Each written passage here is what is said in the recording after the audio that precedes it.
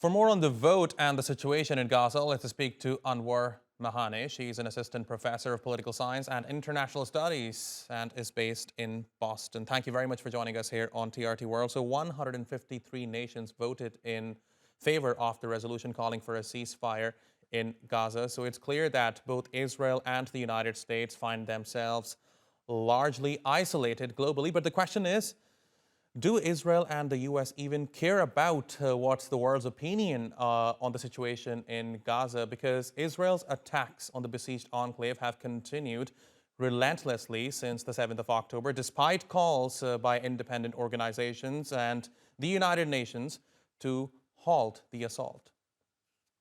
So I think a lot of things are going on here. One, Israel does care about what the UN thinks. I know Netanyahu and Biden administration have disagreement, and we see that happening publicly with the Biden administration and Biden making a statement about how the current Israeli government is the most right-wing government. They don't want a two-state solution, and they don't really have a plan for after. They have a different understanding. I guess Netanyahu has a plan for what doesn't he want to happen, but not for what he wants to happen. But for the U.S., even if it's not the international community, there's an intense pressure domestically on the Biden administration to interfere and also to stop what's happening and push for a humanitarian ceasefire.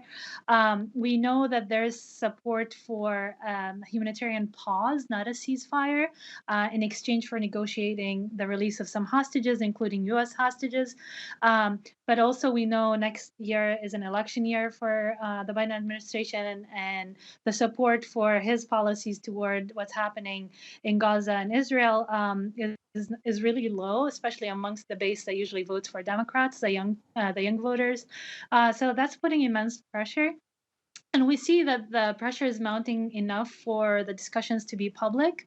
I mean, some speculate that there's pressure on Israel to respect international humanitarian law, but now we see some elements of it becoming more and more public, with the Biden administration emphasizing the two-state solution, that there's a change that needs to happen with the Netanyahu government in order to proceed, like in what happens in the post-war scenario.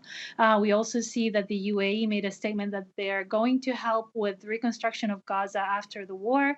However, they only will support it if there's a two-state solution put on the table, and that the PA, the Palestinian Authority, is going to be one of the important actors or the governing body over Gaza. But we know Netanyahu really is trying to prevent that from happening, from the Palestinian Authority to take control of Gaza. And he's expressed that multiple times, that he's not for a two-state solution, that he doesn't want the PA to govern. And the separation between Gaza and the West Bank was helpful to Netanyahu's government. This is the whole debate about him kind of helping Hamas grow in the Gaza Strip with funding and allowing it to kind of exist because it helped divide the Palestinians, which meant that you can always say there's no really partner for peace, and there is no person to talk to because of that division.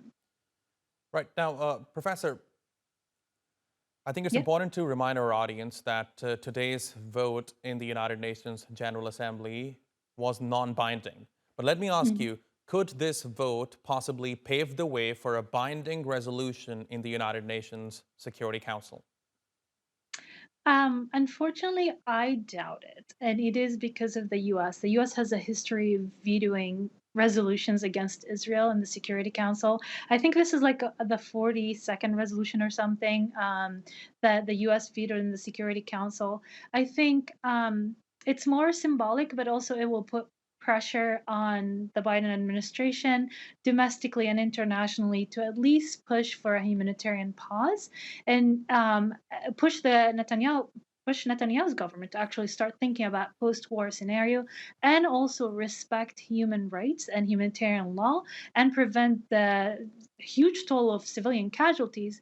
I mean, with the revelations of AI used to kind of identify targets, the mass bombings in crowded cities, in crowded Right. areas in Gaza. So I think that's what the majority of it is, just pressure. I don't think there's going to be a Security Council resolution, at least because the U.S. Will probably Veto not. it. open. Yes.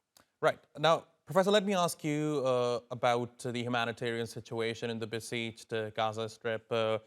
We heard from a UN chief compare the situation in Gaza to hell on earth. My question is, how much worse could it get? Um, Unfortunately, yeah, the situation is bad. I mean, people could die from starvation, and that's a possibility because we know there's a lack of food in the Gaza Strip. And even when aid trucks go in, there's no, they don't have the ability to distribute aid and function because there's nothing really functioning in the Gaza Strip right now. So starvation is a serious concern. Disease, contamination is a serious concern, and this is that it could definitely get worse. And we see more deaths that are not from direct from direct bombing or direct kind of military operations, but because of the lack of food, sanitation, and medical facilities. I mean, people are dying from diseases that need treatment, like kidney failure, cancer, and other diseases that are happening in addition to contamination. And how imperative do you think is it for the international community to ensure that Israel keeps the Kerem Shalom crossing open? Oh, I think it's very, very important for them to pressure Israel to keep it open, because we know they're in the Rafah border. There are issues, logistical issues, and there need more entry points to bring the aid and facilitate the entry of aid to the Gaza Strip. So it is absolutely important. Professor Anwar Mhajne, thank you very much for talking to us here on TRT World. Really appreciate your taking out the time.